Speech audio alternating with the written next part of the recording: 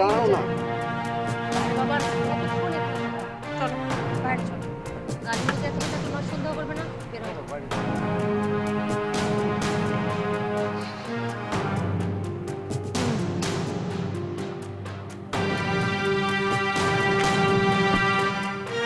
বাবা বাইরে কি গরম।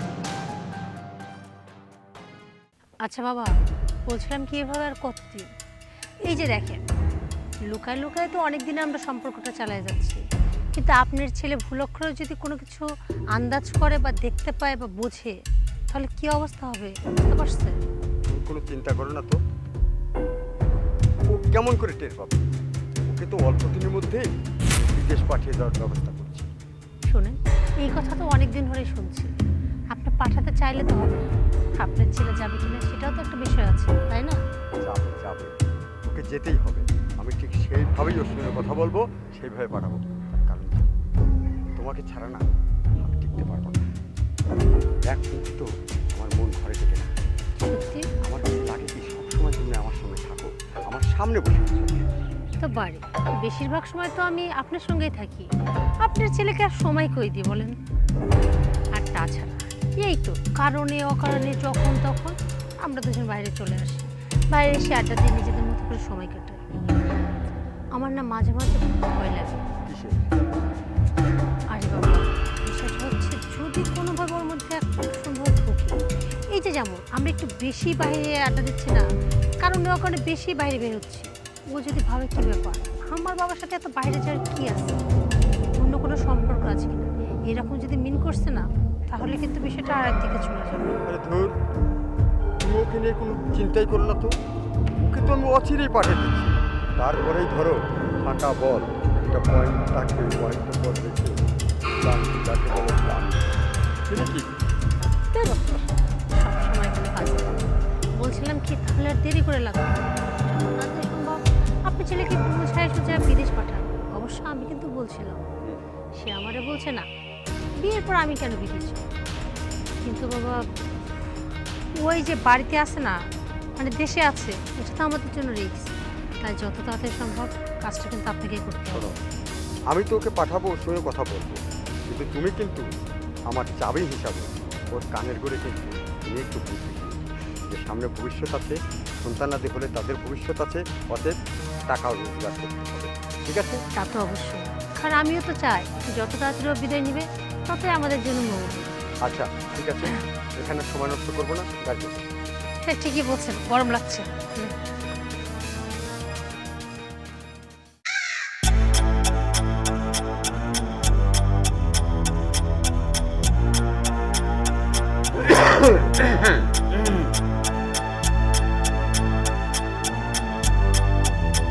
নাইম, নাইম, জি বাবা।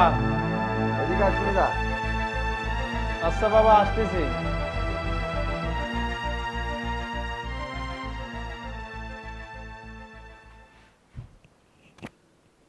তোর কিন্তু ভিসা টিসা রেডি, আগামী সপ্তাহে সম্ভবত ফ্লাইটের ডেট হবে, প্রস্তুতি নেই।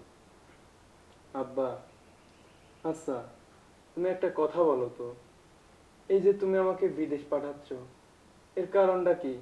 আর তোমার তো টাকা পয়সার অভাব নেই, তুমি আমাকে বিদেশ পাঠাচ্ছ, আমি তোমার একটা মাত্র ছেলে। আমার টাকা পয়সার অভাব নাই, এটা ঠিক আছে। তোর ভবিষ্যৎ করতে হবে না?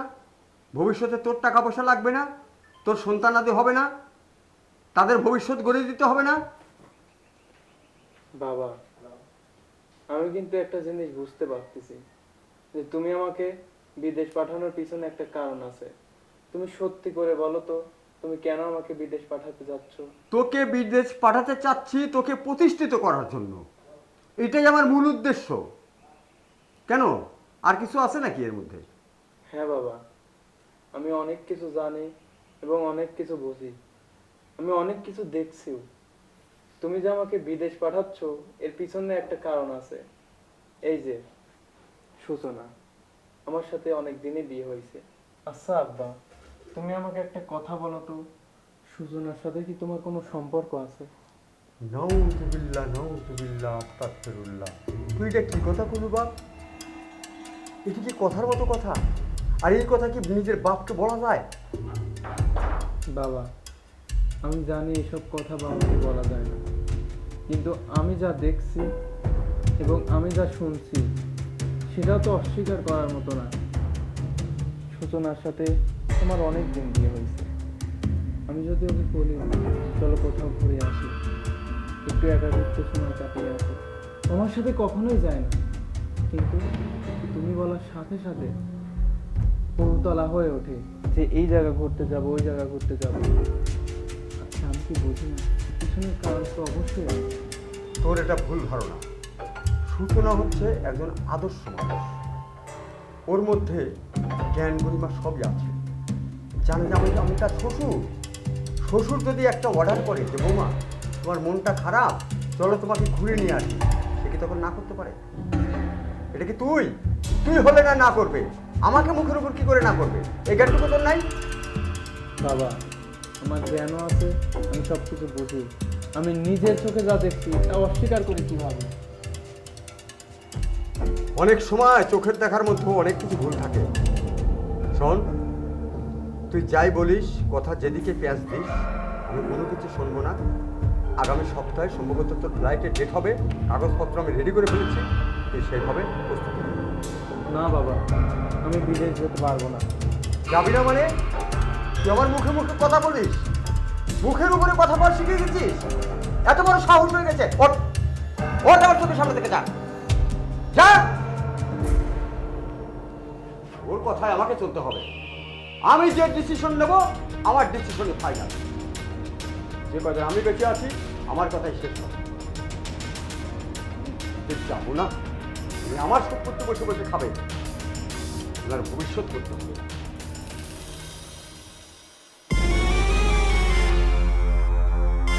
আচ্ছা সূচনা, তুমি কি সবসময় খালি ফোনই টিকবা? বুঝলাম না, আমি ফোন টিপতেছি, তার তোমার কি সমস্যা? আচ্ছা, এত ফোন টিপতে হবে কেন? ফোনটা রাখো, দুজন মিলে একটু গল্প তো করতে পারি। এই শোনো, তোমার সাথে না গল্প করতে আমার ভালো লাগে না। হ্যাঁ, এখন আমাকে ভালো লাগবে কেন? আমার সাথে কেন গল্প করতে ভালো লাগবে? আমার বাবা আছে না? এই, তুমি কি বললা? কি বললা তুমি? হ্যাঁ, যা বলছি ঠিকই বলছি। দেখো জীবন, একদম বাবা সম্বন্ধে একটা কথা বলবো না। তোমার লজ্জা লাগে না? তুমি কার সম্বন্ধে কি বলতেছো? হ্যাঁ, ওইটা তোমার বাবা, আমার সম্পর্কে শ্বশুর মশাই হয়। যদি আমার বাবার সাথে তোমার ঘুরতে ভালো লাগে, কথা বলতে ভালো লাগে, এদিকে ওইদিকে যেতে ভালো লাগে, আর আমি একটা কথা বললে তুমি চ্যাট করে ওঠো, যদি বলি চল একটু ঘুরে আসি, তখন তোমার ভালো লাগে না, আর এই সব কথা বললেই তখনই আমার দোষ হয়ে যায়, তাই না? শোনো, আমি কিন্তু সব জানি, তুমি আমার বাবার সাথে কোথায় যাও, কি করো, সব কিন্তু আমি জানি এবং আমি নিজে চোখে দেখছি। শুধুমাত্র এটা আমি বলতে পারি না, আমার একটা মান সম্মান আছে, এই জন্য। জীবন, মুখটা বন্ধ করো, অনেক বলে ফেলছো, বুঝছো? তুমি দেখছো আসলে বিষয়টা কি? আমি তোমার বাবার সাথে বাইরে যাই, ঘুরি, গল্প করি, এগুলো তোমার সহ্য হয়, তাই না? নাহলে বাবার সম্বন্ধে এই ধরনের নোংরা কথা তুমি বলতে পারতা? ঠিক আছে, সেটা আগেই তোমার বাবাকে বলে দিতে পারতা। তোমার বাবা বাইরে যাওয়ার সময় যেন আমাকে না বলতো, তাহলে আমি কোথাও যেতাম না। তুমি যেহেতু বলতে পারতেছি না, আমি তোমার বাবাকে বলবো, এরপর থেকে তোমার বাবার জন্য না, আমি আর কোথাও যাবো না। তাহলে খুশি তো? শোনো, আমি যদি তোমাকে ঘুরতে বলি, তুমি তো তখন যাও না, তখন তো তুমি অস্বীকার করো, কিন্তু আমার বাবা বললো কেন তুমি যাও, এর মধ্যে তো একটা কারণ অবশ্যই আছে নাকি? কোনো কারণ নেই, কারণ উনি গুরুজন, তাই মনে হয় না বলতে পারি। আর তাছাড়া যে সারাক্ষণ ঘোরাঘোরা করে না, কয় টাকা ইনকাম করে? হ্যাঁ, বলি কি, এইসব ঘোরাঘুরি বাদ দিয়ে যাও বিদেশ যাও। বাবা তোমার বলতেছে না, একটা ব্যবস্থা করে দিচ্ছে, ভালোই ভালো বিদেশ যাও, অনেক টাকা ইনকাম করো, প্রতিষ্ঠিত হও, তারপরে ইচ্ছা মতো দুজন ঘুরো, বুঝছো? না, আমি বিদেশ টিদেশ যাবো না। তুমি যাবা না? না, তা যাবা কেন? ভালো কথা তো তোমার ভালো লাগে না, তোমার চাকরি দেয়। চলো চলো এখান থেকে, ঘুরো। চলো, চলে যাও সব।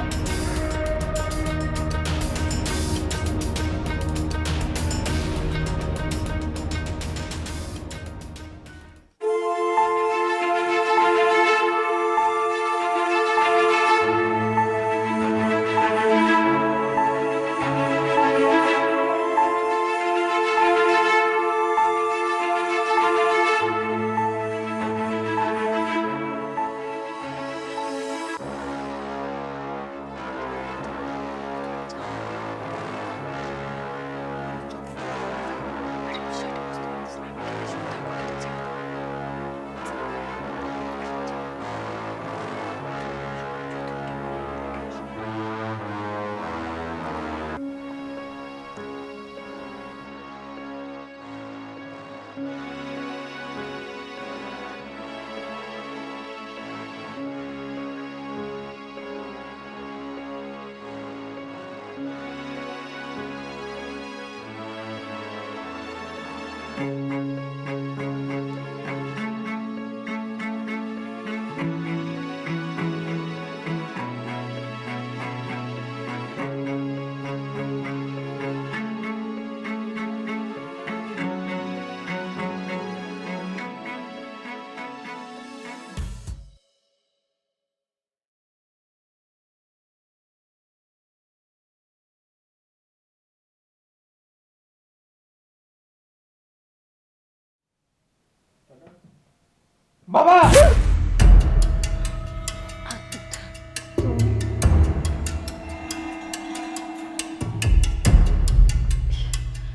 তার মানে এইগুলাই চলতেছে? আমার চোখ ঘোরালে এইগুলাই চলে না? আরে কি কি বলতে চাচ্ছ তুমি? আমি যেগুলা এই মাত্র দেখলাম এগুলা মিথ্যা? না না, বাবা তো তোমাকে ডাকতে আসছিল। হ্যাঁ, বাবা তো আমাকে ডাকতে আসছিল, এত রাতে বাবা আমাকে ডাকতে আসছিল। আর বাবা তোমার গায়ের উপরে এসে আমাকে ডাকতে আসছিল, এটা আমাকে বোঝাতে চাচ্ছ না? শোনো, এতদিন তোমরা দুজন চোখ খোলালে অনেক কিছু করছো, এতদিন আমি কিছুই বলিনি। কি জন্য জানো? শুধুমাত্র আমার মান সম্মানের ভয়ে, তোমার মান সম্মানের ভয়ে কিছুই বলি নাই। আমি যা দেখছি এইগুলা দেখেও চুপ ছিলাম। শোনো, তুমি আমাকে এই জন্যই তো বিদেশ পাঠাতে চাচ্ছিলে, যাতে আমি বিদেশ চলে যাই আর তোমরা দুজন আরাম আয়েসে দিন কাটাতে পারো, তাই না? আচ্ছা বাবা, তুমি কিভাবে পারলা, কিভাবে কেমন করে পারলা যে নিজের ছেলের বউর সাথে এই জঘন্যতার কাজটা করতে? নিজের তো লজ্জা লাগা উচিত যে আমি কার সাথে কি করতেছি।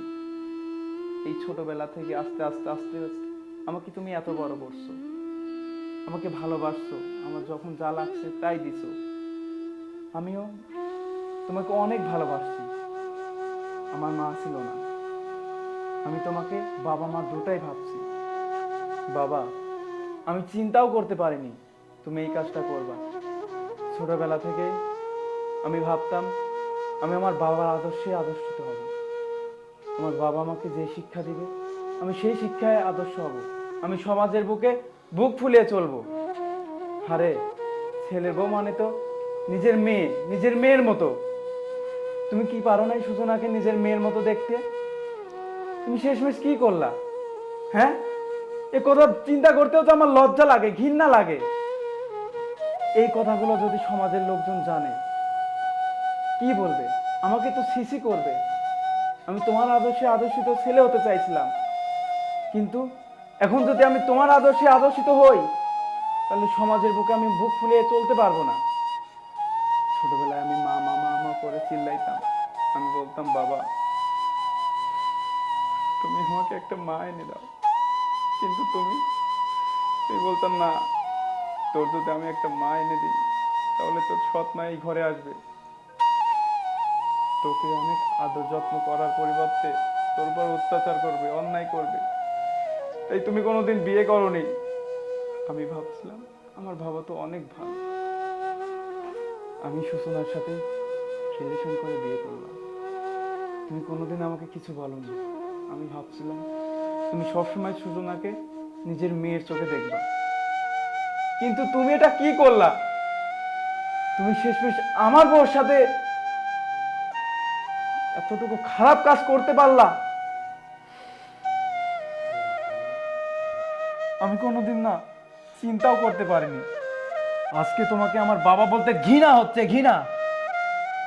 তুমি বললা না 1 সপ্তাহ পর আমার ফ্লাইট, আমার বিদেশ যেতে হবে। যদি আমি বিদেশ চলে যাই, তোমাদের দুজনের যদি খুবই সুবিধা হয় তাহলে আমি তাই করব। আমি 1 সপ্তাহের মধ্যেই বিদেশ চলে যাব। তোমরা দুজন তোমাদের মতো জীবন কাটাও। আমি আবার তোমাদের মধ্যে কাটা হয়ে দাঁড়াতে চাই না। ভালো থাকবে তুমি। আর এই 7 দিন আমি আর তোমাদের মাঝে থাকবো না।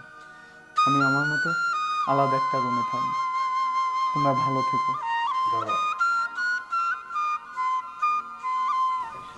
আমি না মুরব্বীদের মুখে শুনেছি নারীর কারণে বেশিরভাগ মানুষ দোজখে যাবে, তার মধ্যে তোর বাবা একজন। নারী লোক সাংঘাতিক লোক। নারীর কথা শুনে আমরা দুনিয়াতে এসেছিলাম, আবার এই নারীর জন্যই আমরা পাপ করছি, আবার এই নারীর জন্যই আমরা দোজখে যাব। আর এই নারী দুনিয়ার উপরেই আমাদেরকে জ্বালিয়ে পুড়িয়ে শেষ করে দিচ্ছে। যেমন তুই এতক্ষণ আমাকে পোড়ালি, এই নারীর উপর লোভ ছিল জন্যই কিন্তু তুই আমাকে পোড়াতে পারলি, আমার ভিতরটা ক্ষত বিক্ষত করে দিলি কথার ছুরি মেরে। আসলে আমার বোঝা উচিত ছিল সেই মেয়েটা শুধু আমার পুত্রবধূ না, আমার একজন মেয়ে। কিন্তু ওই যে একটা কথা আছে না, নারীর মুখের দিকে তাকালেই সব কিছু ভুলে যেতে হয়, সব কিছু ভুলে মানুষ পাপের পথে পা বাড়ায়। এই কারণেই তো একটা কথা আছে, লোভ, লালসা, কামরোধ, এগুলো সব কিছু বিসর্জন দিলেই তবে একজন মানুষ হয়। আমি তোমার কামরূপকে বিসর্জন দিতে পারিনি বাবা। যা কিছু ঘটেছে কামরূপুর তাড়নায় ঘটেছে। এটা এমনই একটা অপরাধ, যে অপরাধে আমাদের মুসলিম রাষ্ট্রগুলো গলা পর্যন্ত গেড়ে পাথর মেরে হত্যা করা হয়। ঠিক তেমনি একটা মারাত্মক অপরাধ আমি করে ফেলেছি। আমার অপরাধের শাস্তি একমাত্র মৃত্যুদণ্ড। মৃত্যুদণ্ড ছাড়া আমার এই শাস্তি আর হয় না। কিন্তু তোর কাছে তো আমি এখন মৃত রে বাবা, আমি তোর কাছে মৃত। আমি তোর কাছে হাত জোর করছি, আমি ভুল করেছি, তুই আমাকে বাবা হিসেবে ক্ষমা করে দে। মানুষ মাত্রই তো ভুল হয়, ভুল তো মানুষ করে, যাদের জ্ঞান আছে, বিবেক আছে, তাদের জন্যই তো ভুল হয়। পশু পাখির জন্য তো কোনো ভুল না রে বাবা। আসলে বৌমা, আমি তোমার কাছেও ক্ষমা চাচ্ছি। আসলে তোমার সঙ্গে যেটা আমি করেছি না, অন্যায় করেছি, এটা আমার করা মোটেও উচিত হয়নি। যাক, আমার একটা শিক্ষা হলো। আর মানুষ যেখানে ঠকে সেখান থেকেই তো শিখে। তোমরা পারলে আমাকে ক্ষমা করে দিও। দেখো, ভুলটা শুধু বাবার না, ভুলটা আমারও। কথায় বলে না, এক হাতে তালি বাজে না, কিন্তু মাঝে মাঝে না মানুষ বাধ্য হয়। বিশ্বাস করো, তোমাকে ঠকানোর ইচ্ছা আমার কখনোই ছিল না, কিন্তু আমি বাধ্য হয়েছি। কারণ বিয়ের পর থেকে তোমার বাবার দৃষ্টি ছিল আমার দিকে। আমি তোমার বাবাকে বোঝানোর চেষ্টা করেছি, কিন্তু পারিনি। তোমার বাবা সবসময় আমাকে একটা কথা বলতো, অর্থ ছাড়া কি ছেলেদের কোনো মূল্য আছে? আর তাছাড়া আমার ছেলে আমার ঘাড়ের উপর বসে বসে খায়, এরকম কি তোমাদের সংসারটা টিকবে? এক পর্যায়ে তো আমাকে ভয়ভীতিও দেখাতো, আমাদের সংসারটা নাকি আর থাকবে না। আমি তোমাকে কখনোই ছাড়তে চাইনি, বাধ্য হয়ে বাবার কথাতে রাজি হই। আস্তে আস্তে বাবার সঙ্গে একটা অবৈধ সম্পর্কে জড়ায় যায়। যখন আমি বুঝতে পারলাম আমি তোমাকে দিনের পর দিন ঠকাচ্ছি, তখন আস্তে আস্তে আমি তোমার থেকে দূরে সরার চেষ্টা করলাম। কারণ তখন আমার ভিতরে একটা জেদ আসছিল, অর্থ যদি সব হয় তাহলে অর্থের দিকেই থাকি। তার জন্য আমি তোমাকে সবসময় বলতাম, তুমি কিছু একটা করো, তুমি প্রয়োজনে বাইরে যাও, কিন্তু আমার কথা তুমি শুনতে না। আমি বুঝতে পারছিলাম আমার দিকে তোমার সন্দেহ দিয়ে বাড়তেই থাকছে, কিন্তু ততদিনে আমার কিছু করার নাই। কারণ অলরেডি তখন আমি একটা অবৈধ সম্পর্কে জড়াই গেছি। আমি চাইলেও না তখন তোমার বাবা আমাকে ছাড়তো না, কারণ ততদিনে তোমার বাবার অলরেডি প্ল্যান হয়ে গেছিল তোমাকে বাইরে পাঠাবো। বিশ্বাস করো, এই প্ল্যানটা আমার ছিল না, সম্পূর্ণ তোমার বাবার ছিল। এই যে আজকে যে তোমার বাবা এই রুমে আসতো না, এটা আমি সত্যি কিছু জানতাম না। তোমার বাবা আমাকে ডাকছিল, আমি না বলাতে সে বলল পাশেই ঘুমাবে। আর আমিও চাচ্ছিলাম এর একটা শেষ হওয়া দরকার, কারণ রোজ রোজ তোমার সাথে ঝামেলা করতে আমার একদম ভালো লাগে না। আমি নিজেও মানসিকভাবে ভালো ছিলাম না। একদিকে তুমি আমাকে অবিশ্বাস করছিলে, আমাকে কথা শোনাচ্ছিলে, আর একদিকে তোমার বাবার সঙ্গে আমার একটা অবৈধ সম্পর্ক। একটা মাস কয়টা সম্পর্ক টানবে বলো তো? আর সত্যিই তো কথা আছে না, চুরি বিদ্যা না খুব বেশি দিন টিকে না। একদিন না একদিন তো আমাকে ধরা পড়তেই হতো। সেটা হয়তো আগে ধরা পড়ে গেল। আল্লাহ যা করে ভালোর জন্য করে, হয়তো এর মধ্যে ভালো কিছু আছে।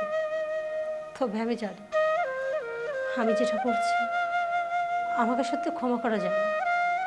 আমি জোর করে বলবো না।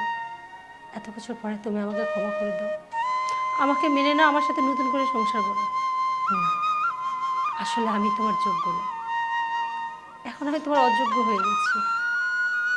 তাই আমি চাই তুমি আমাকে ডিভোর্স দিয়ে দাও।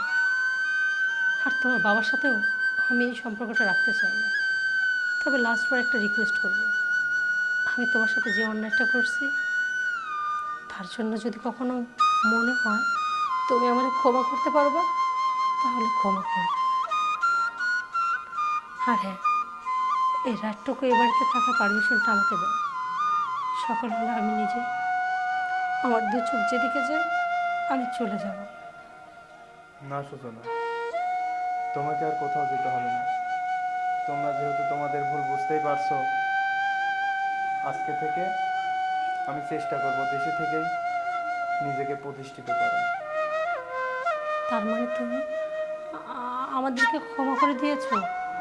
হ্যাঁ, তোমাদেরকে ক্ষমা করে দিয়েছি। কারণ একটা মানুষ যদি নিজের ভুল বুঝতে পারে, ওর থেকে আর বড় পাওয়া তাদের জন্য কিছুই হয় না। ওগো, আমি তোমাকে চিনতে ভুল করেছি। যে ক্ষমা করে সে তো মহা। আসলে তুই মহৎ উদার মনের একজন মানুষ। নাইলে কি এত কিছুর পরেও আমাদেরকে ক্ষমা করতে পারতে? আচ্ছা ঠিক আছে, তাহলে আজকে থেকে আমরা সবাই সুন্দরভাবে আমাদের জীবনটা আবার গুছিয়ে নেব। আমি তওবা করলাম। আজকের পর থেকে আমি আর এরকম কোনো সম্পর্কে কখনো জড়াবো না। তোমার সাথে কখনো বিশ্বাসঘাতকতা করবো না। ঠিক আছে, তোমরা থাকো, আমি এখন আসি। শোনো না, রাত অনেক হয়ে গেছে, চল ঘুমায় পড়ো।